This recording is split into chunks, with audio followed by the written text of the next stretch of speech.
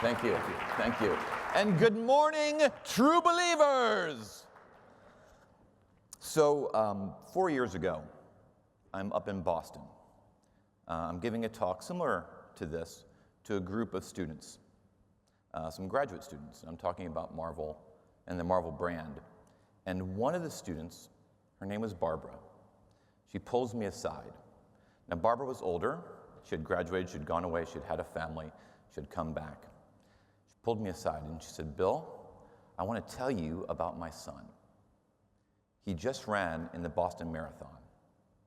Now, this was 4 years ago.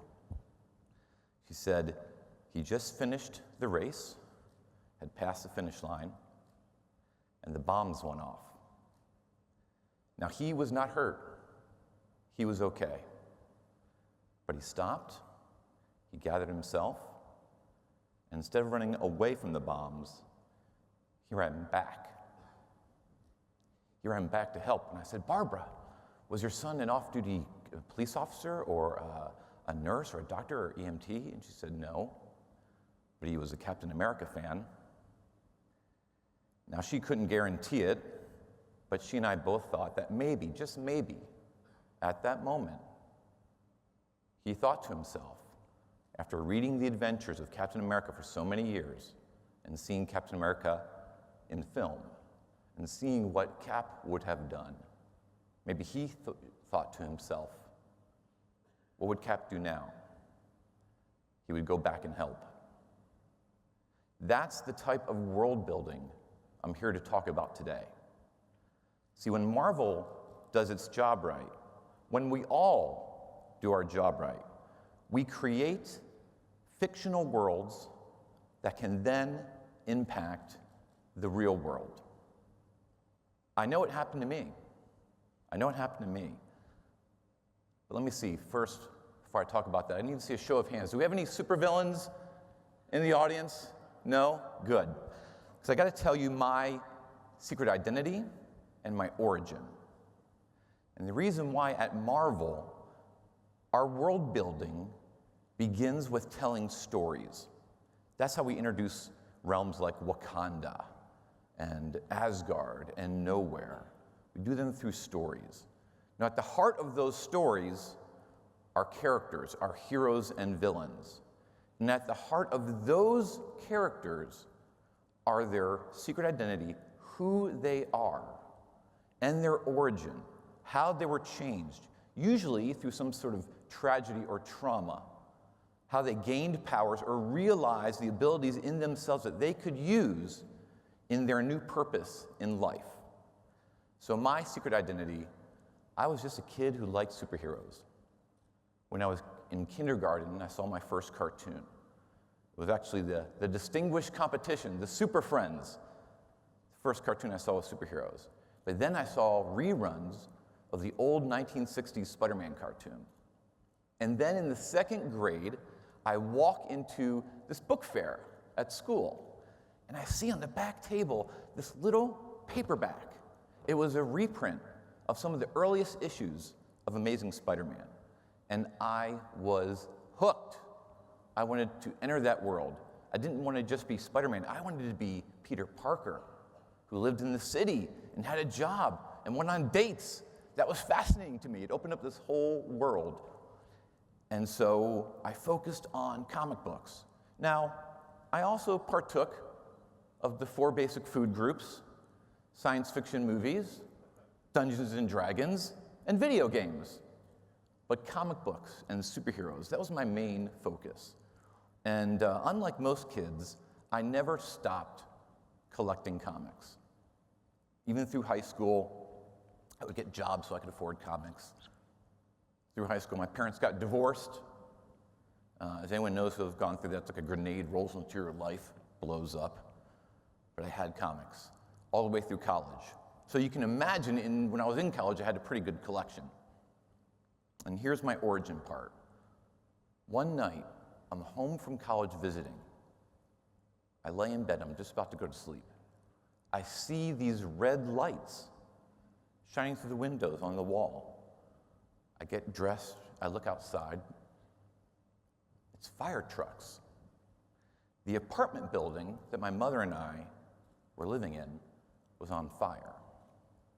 Now, the fire was up at this unit, this top unit on the right, and our unit was down here on the left. So I had time, as the flames were going, to run in and out of our apartment. And I said, Mom, I'm going to bring out things we can't replace.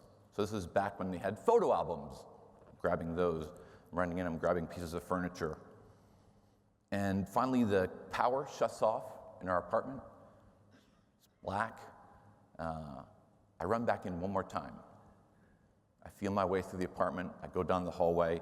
I get into my bedroom. I open my closet, and I grab the last thing that I can take out of the apartment. A long box of comic books. Now you would think that's kind of silly. Why would you do that? Of all the things you could take out, why comic books? Well, they were there for me. Through everything that I went through in my life, things that you have all gone through, going to school, being judged because I'm not the big jock like my brother, days when I woke up, looked in the mirror, looked at my skin, thought I had looked so bad that I didn't want to go to school, through the divorce of my parents, through all these things, comics were there for me each week. And I thought at that moment, this is what I want to do.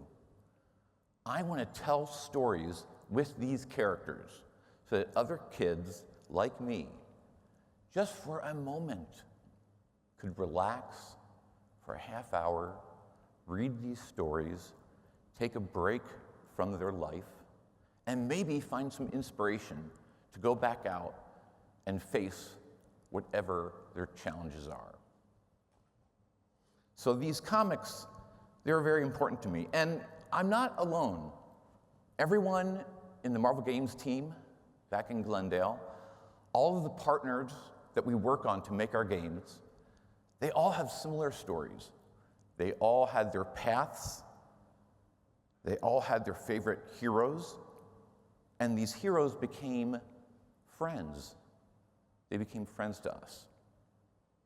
Now, I want to talk about my friends, and even though we grew up in different areas of the country at different times, I think you know my friends. See, my first friend, he was a skinny kid. All he wanted to do was serve his country, right? And he kept applying to the Army, and they kept rejecting him, but he wouldn't give up. He kept going to the different recruitment centers. And finally, someone behind the scenes who was working on an important project and was going to the different recruitment centers saw him and said, "He's our guy. He's our guy." Other people said, "You're crazy. Look at him, he's skinny. He can't join our army." And he said, "No, it's not the size of this muscle. It's the size of this muscle, his heart. He's the one we want." So my friend not only joined the army and became a soldier, some would call him a super soldier. Does anyone know my friend? Captain America. So here's his, and I describe them like friends because that's how we see them at Marvel. We see our characters as real people. That's how we approach their stories. Now here's his first cover. It's dated 1941. Captain America giving a nice sock to Hitler. And now we would say, yeah, punch that Nazi. Little problem. When that was published in 1941, it was in the beginning of the year. It was almost a full year before Pearl Harbor. We were not yet in World War II. Most of the country wanted us to stay out of the war. But Joe Simon and Jack Kirby knew different. They were two Jewish kids, the son of immigrants from Eastern Europe. They knew what was going on. They heard stories from their relatives. They knew about the work camps. They knew what the Axis powers were doing. And they used a comic book to make their statement. They thought America should go over there and stop them. Now, when they published this comic, they got in trouble. They got to work. There were protesters outside the office. As Mike said earlier, at that time Marvel was called Timely Comics. There were protesters outside Timely. They were getting death threats. Jack Kirby, the artist, was actually sitting at his table, and the phone rang, and someone said, Jack, there's 3 guys down here in the lobby, and they want you to come down here because they want to show you what real Nazis would do to Captain America. And to the horror of everyone at Marvel, Jack got up, rolled down up his sleeves, and went down there. Of course, they had run away, the 3 guys who had called. So they got death threats. There was the protesters.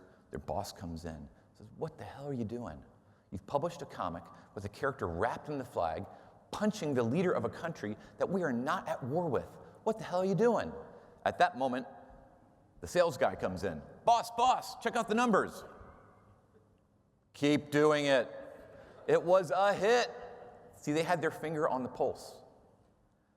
There was a growing group of people that did want us to go over there and stop them. And not only were they making a great statement, they did it in such an awesome way. Look at the design of Captain America. There's no mistaking who he is. Star on his chest, A for America on his head. You know who he is as he's coming at you.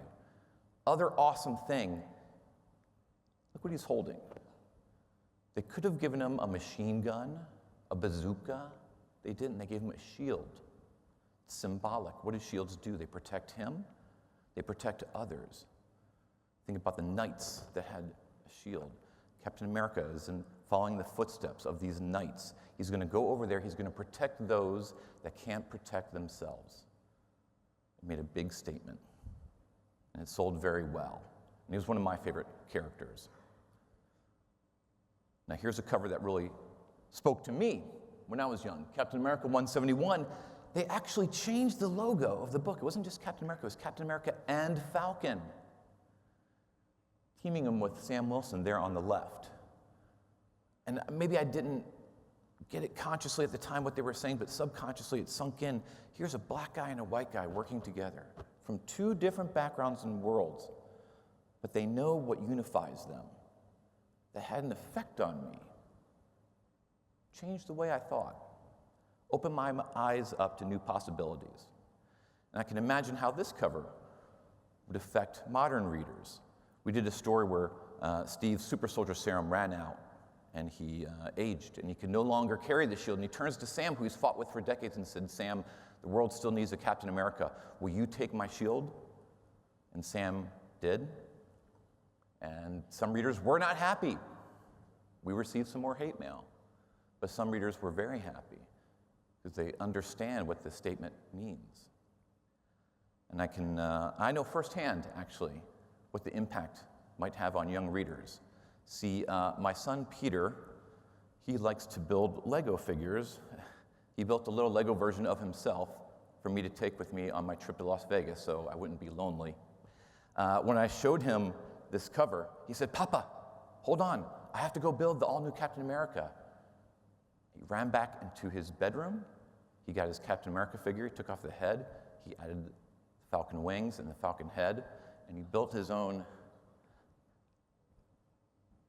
all-new cap. I didn't tell him to do it. He just saw the image and was inspired.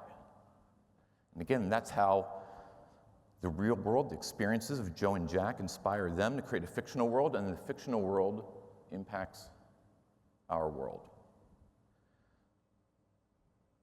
Here's an image from a recent, we did a 75th anniversary celebration of Captain America, and our friends at D.i.c.e, who make Marvel Puzzle Quest, had this great idea. We challenged all of our partners to create a Captain America unique to their game, and they said, hey, we saw how in the comics and then also in the games that Sam Wilson became Captain America. Can we do a version where Peggy Carter becomes Captain America? We'll tell a story of a reality where maybe Steve was shot before he got the serum and Peggy stepped forward and became Captain America, and we said, we love it.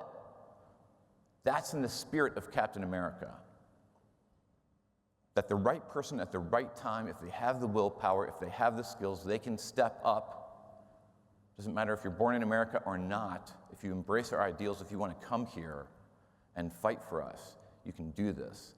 And out of the 7 executions of this Captain America project, this is the one that got the most attention and was seen a ton of websites, and then actually at conventions, we started seeing cosplayers dress as Peggy Carter in Captain America. Again, one world affecting another. I'm sure you've heard of our announcement, the Avengers Project, that we're doing with our friends at Square Enix, Crystal Dynamics, and Eidos Montreal. You have these amazing talents coming together. Why? Because we love these characters, and we're going to put just as much thought and effort on every character because we understand the responsibility. We understand the symbolism and how it can affect our world. We understand that power he has to reach out, whether you're an anonymous protester in China, choosing, instead of just grabbing a garbage can lid, choosing to have a Captain America shield so that his picture would get taken and would get out, promoted around the world, to say that they're fighting for freedom and justice. Whether you're Vij Singh, known as the Sikh Cap, who dresses as Cap because he wants to change the way people think. He said he used to walk down the street and get stared at and judged. Now when he walks down the street, he gets asked to pose for photos. Or whether you're Lean Depp, who is a Republican councilman in San Jose, California. When he was sworn in, he chose Captain America's shield because he said in this dark and turbulent time, he wanted to remind everyone what all of America can stand for. Cap is not political in that he represents any political party, but he represents the best of America and what we hope for. Now I have another friend, I think you also know, another skinny kid, was picked on in high school. Couldn't get any dates, felt the world was against him. He was an orphan, actually, raised by his older aunt and uncle. He was lucky. They adopted him. And one day, his uncle Ben, said to my friend, I know you feel the world is on your shoulders and the world against you and that the world stinks, but one day when you grow up, things will be different. You're going to realize that you're really smart and that you have powers. But with this power comes responsibility. You have to use it wisely. My friend said, Uncle Ben, you're crazy.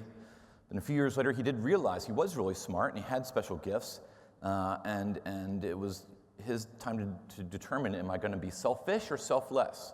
And one night he was out, and these cops were chasing this guy, and the cops said, hey, can you get in the way of this guy? Stop him. And my friend said, no. Now things are going my way. I'm going to look out for myself. And he let that thief run by. And as fate would have it, that thief then actually collided with his uncle, Ben, and shot him and killed him. And my friend thought if I had just listened to Uncle Ben, one of the only nice people to me in my life would still be alive. And from that moment, every day when he goes out, he remembers his words and realizes, oh, with great power, there must come great responsibility. Does anyone know my next friend? He's Spider-Man. He's seen up there on the top left. The reason I chose these two images is because he ushered in the Marvel age of comics. And this was done by people. These characters didn't just fall from the sky. Stan Lee's hands on the right at the typewriter. He was the writer. There's Jack Kirby at his drawing board, surrounded by heroes. Here's what was unique about Marvel and why Marvel continues to lead the way today and why they're still so relevant, is their heroes, our characters, were fundamentally different. Stan Lee said, we're going to put the human in the superhuman. A lot of the characters before, they were invented in the 30s. They were escapism during the Great Depression. And they really just focused on the costumed identities. They really didn't develop who they were under their masks. But Stan and Jack and Steve Ditko, they focused on the humans first. And they talked about what their challenges were. Then when these characters received powers, their problems didn't go away. Their problems got worse. They got amplified. And then our heroes must make the choice, what do I do with my powers? Do I try and make my challenges go away? Do I run away from them, or do I confront them head on? The other very, very, very unique thing they did is their challenges weren't just about supervillains. Their challenges were in themselves. Our characters were not perfect. They had feet of clay. What do I mean by that? Well, if you've seen the Netflix show Daredevil, Matt Murdock, he's blind. Professor X from the X-Men in a wheelchair. Even the mighty Thor in the comics, he had an alter ego. Dr. Donald Blake had a bad leg, he had a cane. Let's see, Tony Stark, alcoholic with daddy issues. Same thing with Thor. They all had problems. Bruce Banner, anger issues.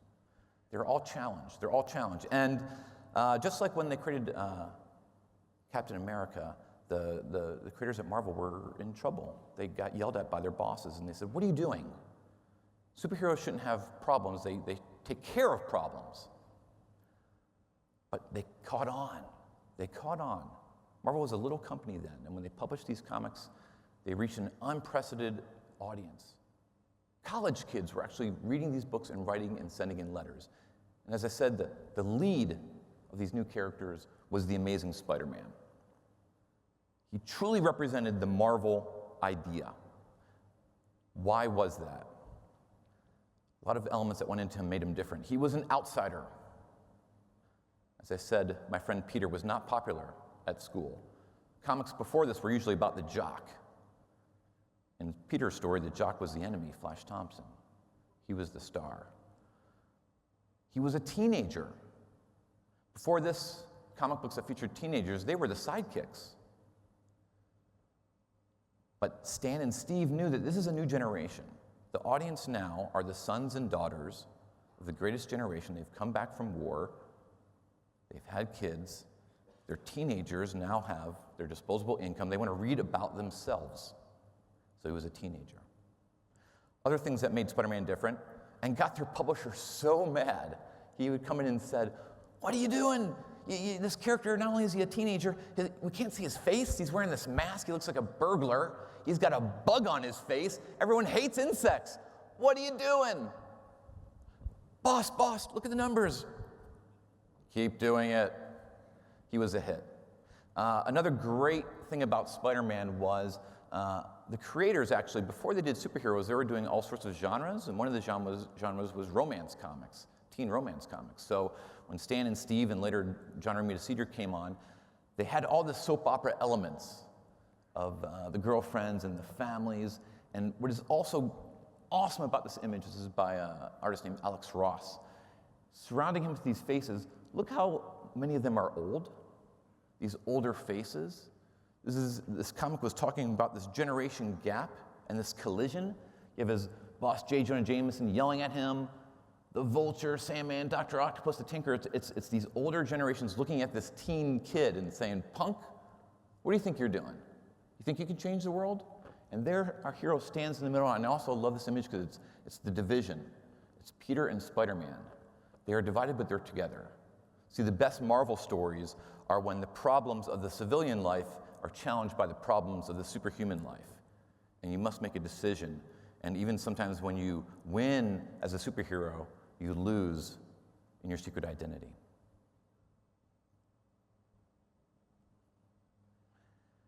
Here's one of my favorite scenes from Amazing Spider-Man 33, and this really sums up why he's such an amazing character for everyone to relate to.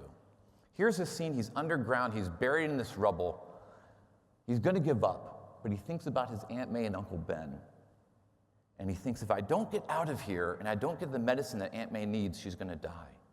And so slowly and brilliantly, as the panels get larger and larger, he decides not to give up. Until finally, he lifts up the rubble. He pushes it off. He doesn't give up. He has a transcendent moment of victory. And isn't that what we all want in our life? Think about the days when you wake up and you feel the weight of the world is on your shoulders and you want to just stay in bed. But then you remember the lives of the people that depend upon you. And you fight and you fight and you fight and you have small moments of victory. That's what we want in our lives. And that's why these stories inspire us to hopefully some days have those victories. Now, you may have heard we're making a Spider-Man game with Ted Price's team at Insomniac and our friends at Sony Interactive Entertainment. The other day, we were sitting around talking because Insomniac is only about 10 minutes away from the Marvel Games office. And we were eating lunch and talking and asking each other, "Hey, when did you first get into Spider-Man?" And we all realized we had the same story. We discovered him when we were very little. Not only that, we all realized that we all owned the same Spider-Man underoos back in the day. And it feels like our lives have driven us to this moment. This is our purpose, to show the world why this character is so awesome, to bring this fictional world into the real world. It is very personal for us. We are going to focus our life's journey into this game to celebrate him with the world. It's very personal for us. Here's another character that's very personal for Marvel. This is Miles Morales. We did a story in a line of books called Ultimate that were actually set on another world. And in that world, to change things up, to try something different, that world's Peter Parker died. But Miles Morales stepped forward and said the world still needs a Spider-Man, and as fate would have it, he was also bit by a spider, became Spider-Man. Now, as you can imagine, this was a little controversial. People were angry. What are you doing turning Spider-Man black? And I remember the day I walked into my office and saw some hate mail. A letter from a father who said he was going to, when his kids got out of school, he was going to take them into the backyard and burn their Spider-Man comics. So I replied to him, and I said, look, you don't have to buy or read this comic. You know, we still have the separate Amazing Spider-Man comic where Peter is still Spider-Man. You can just read that. But most of all, don't burn your kids' comics. It's not going to have the effect on them that you're hoping for. I don't know if he listened to me or not, but I had to at least say that to him. The reason why is the next email I opened was from a young lady, and she said, thank you. She says, my little brother saw this, and he looked at me with such joy in his eyes. She said that I knew he was so happy he finally had a Spider-Man that looked like him.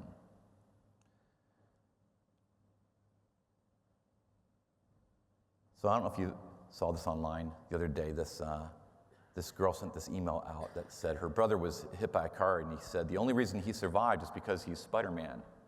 And our fans are so great, they sent this email to Brian Michael Bendis, the writer of Miles Morales, and Brian sent him some comics. And see how happy he is. And you've got to see the connection, right? You see that connection back and forth.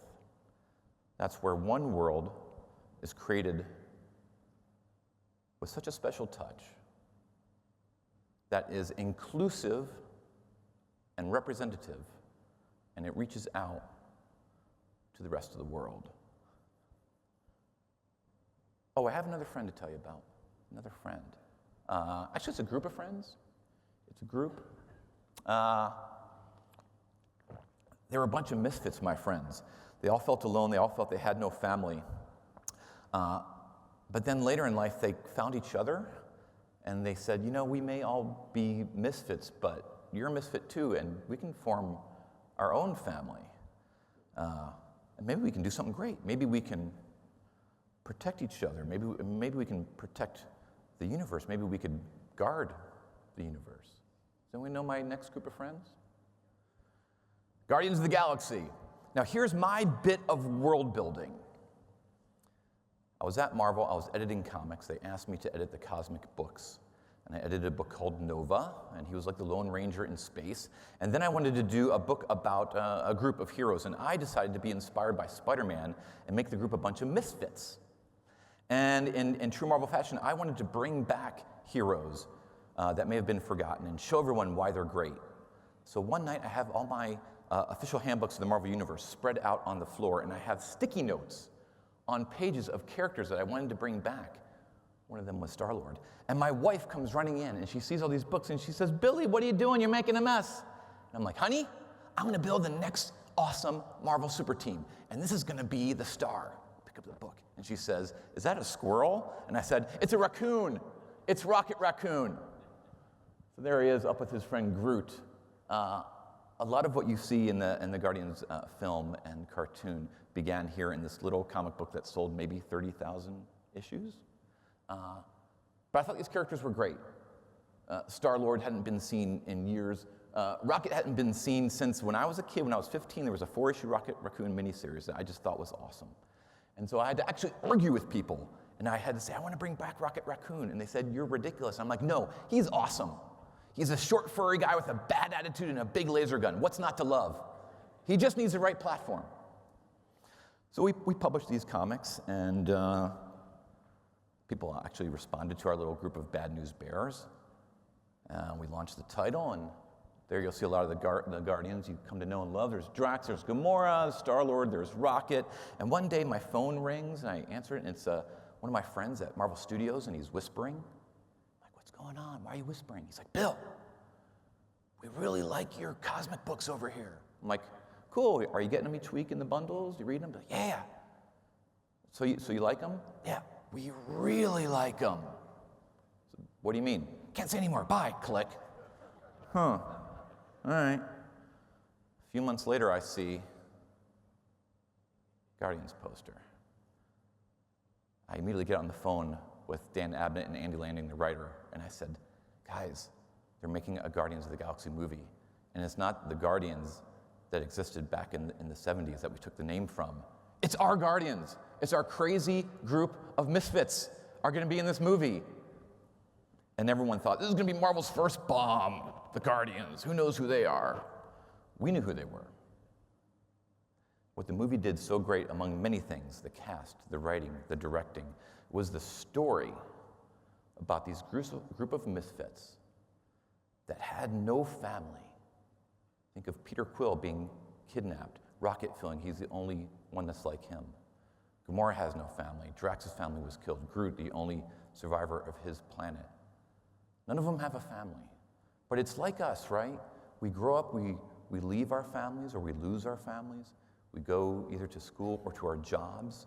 We look around and we make a new family. We find other people like us and we say, let's stand together and let's form a new family.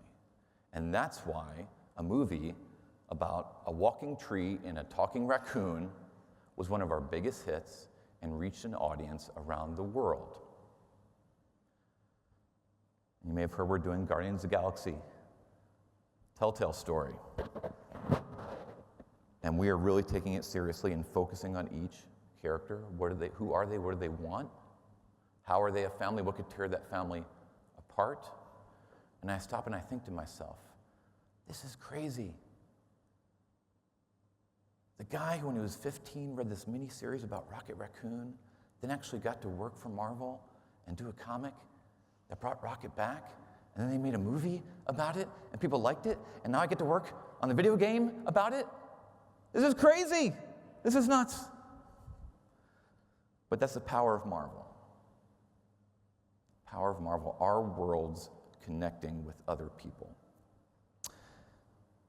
My last friend I want to tell you about. You may not have known about him. He hasn't been in a movie yet. Here's his origin.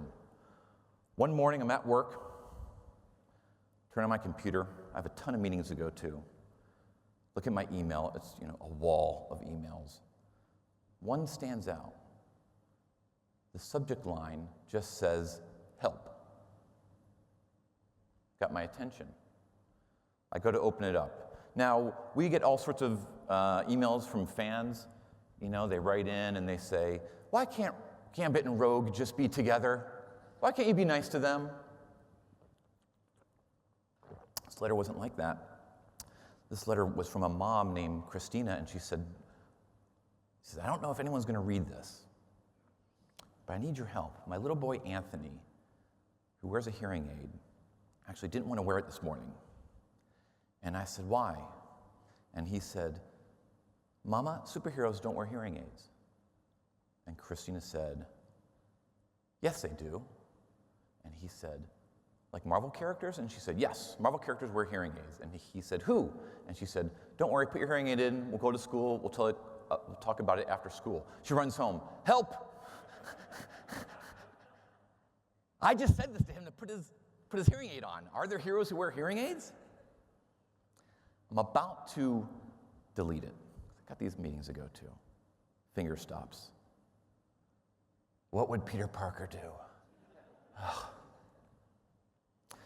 So I sent an email around to everyone at work, and I asked them, do you remember if anyone wore a hearing aid? Or, hey, maybe we can get one of our creators to draw someone.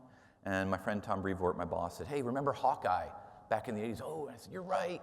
We did a story where Hawkeye the archer, he was buried under rubble, and he hurt his ear, and he had to use his sonic arrow to get out. That hurt his ear. He went deaf. Luckily, he had a good friend, Tony Stark.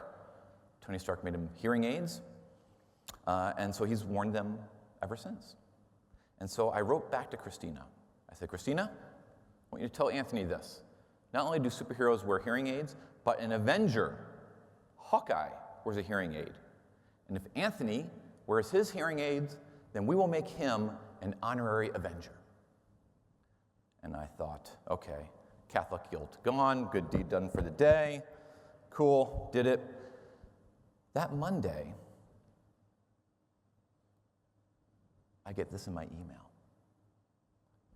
drawn by my friend Manny Medeiros. He heard I sent the Hawkeye picture to Christina, and so he knew in the letter that they call his hearing aid Blue Ear because it was blue plastic. So he drew a picture of Blue Ear standing with Hawkeye. I send that to Christina. The next day, I get this from my friend Nelson Ribeiro, who's also on staff. He draws Blue Ear as an adult. I send that to Christina. And we all think, okay, good deeds done for the day. Because we live and breathe the Spider-Man mantra of, with great power, there must come great responsibility. What is our power? It's not a lot. We can write some things, we can draw some things, we can tell stories through different mediums, through TV, through video games. But when we have our moment, isn't it our responsibility to share these with people, hoping to help them? So like I said, we thought good deed done for the day. Turns out that Christina's father is a state senator. We didn't know that. So one day he's at the state capitol and a reporter comes up and asks him for some dirt, some good political dirt. He says, no, I have a good story about this, so-called faceless company taking time out of their day to create these pictures for my grandson. And that meant a lot to him because he heard from Christina, who then wrote to me and said, Bill, you won't believe it. We've had to print out these pictures many times because Anthony is taking them all around town and he gets them ripped up and muddy. And we have to put them in plastic sleeves. When he takes them to school, he goes to a school with kids who also have hearing challenges, and she said the kids are so excited because they see themselves represented. They see that they can be special. They can be heroes. And the teachers see that the kids are excited. So now they have a week coming up. It's going to be Superhero Week, where everyone gets to dress up. And the emails didn't stop there. When the state senator told this story, and it started to appear in newspapers and online, people around the world saw this, and they started writing me, and different parents started asking me for the Blue Ear comic for their kids, and I had to say, there is no comic, there's just these 2 pinups. And so I kept sending these pinups to parents around the world. And it planted a seed in my head, and I just said, we have to do more. We have to do a comic. And we reached out to the Children's Hearing Institute, and we made this Iron Man comic starring Blue Ear, because we wanted the message to be, it had kind of an anti-bully message of, hey, just because a kid has a hearing aid, it's not something to make fun of. He's like Iron Man. Iron Man uses his tech to be the best he can be, just like Blue Ear does. And we invented Saphira, a female character, representation, inclusion. She has a cochlear implant. The day we published this, I got emails from parents in Australia and Italy. And just last week,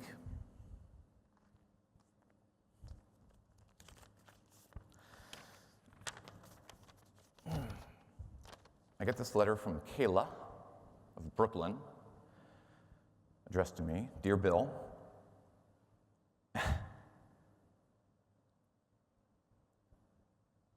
Another thing, I just got this last week, and we published this 4 years ago?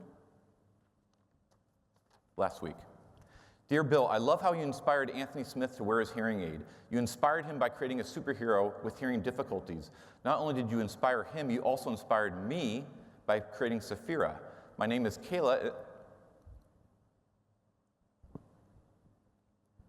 and I'm 10 years old.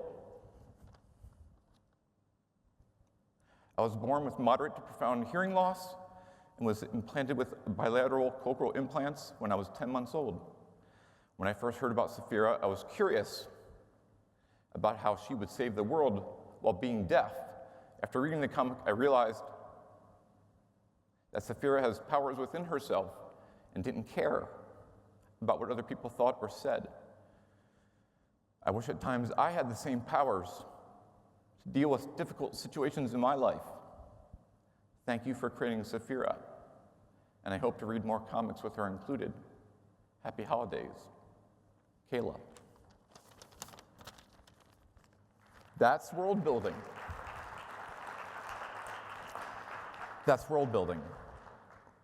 And we have a happy ending for this story with Blue Ear. So not only did they have the superhero week at Anthony's school, but he went around town. His mom made him a Blue Ear costume, and he's known as Blue Ear. And guess who was the grand marshal of his Halloween parade?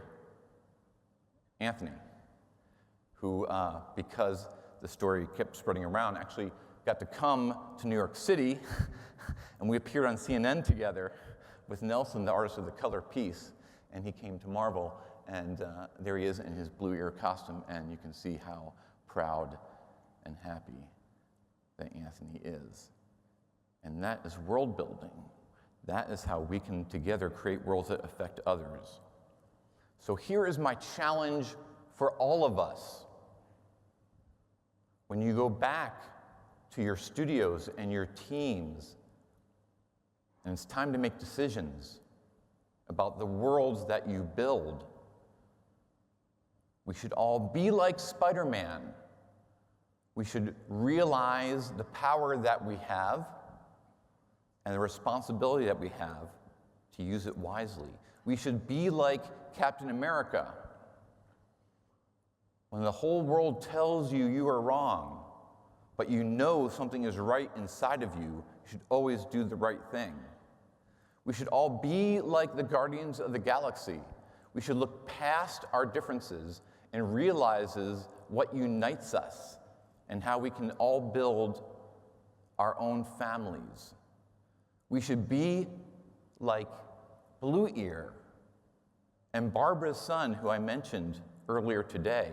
When we hear someone in trouble, when there are explosions in our lives, we should not run away from the explosions. We should run towards them. We should help each other in any way we can through our own special abilities. And we should all be our own heroes. Thank you for your time.